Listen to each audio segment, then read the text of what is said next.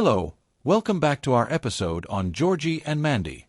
Mary and Missy are simpler to bring back because the expanding family still resides in Medford, even if Georgie and Mandy have already relocated across town with the McAllisters.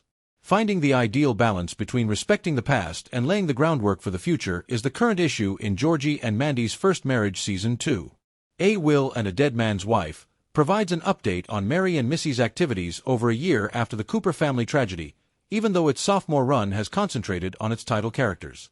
Surprisingly, the excursion reveals that Georgie is the only Cooper who is still struggling with George's passing, a startlingly poignant plot. The Coopers return in Georgie and Mandy's First Marriage Season 2, Episode 3. TV's top comedy returns to its origins with a plot based on George's shocking death, even though the first two episodes of the Young Sheldon sequel concentrated on the title pair and their life with the McAllisters. After Georgie's father passed away a year and a half ago, it appears that everyone, aside from him, is prepared to move on. Georgie and Mandy's first marriage began shortly after the Cooper family tragedy and was born out of Young Sheldon's cancellation. The Big Bang Theory spinoff didn't have enough time to thoroughly examine the Cooper family's grief following the occurrence, since Young Sheldon waited until the very last minute to be permitted to pull off George's death. The CBS family dramedy does a remarkable job of demonstrating how each person dealt with sorrow in a unique way. This story can be further explored in Georgie and Mandy's First Marriage. Remarkably, the spin-off sequel shows how surprisingly resilient the surviving Texas-based Cooper has been. Mary is considering dating once more, which is surprising considering that she vowed never to fall in love after George passed away.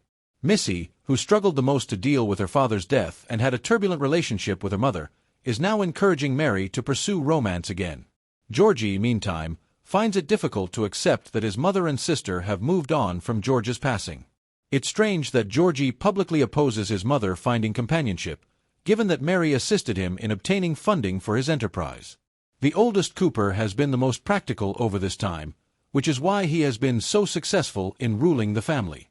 However, the trip serves as a reminder that, despite Georgie's often upbeat attitude, his grief at his father's passing still hangs over him.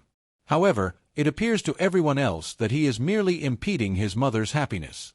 Even if Georgie decides not to confront his mother and her new acquaintance, the story is far from finished. It's an intriguing plot that Georgie and Mandy's first marriage should actively pursue in the future.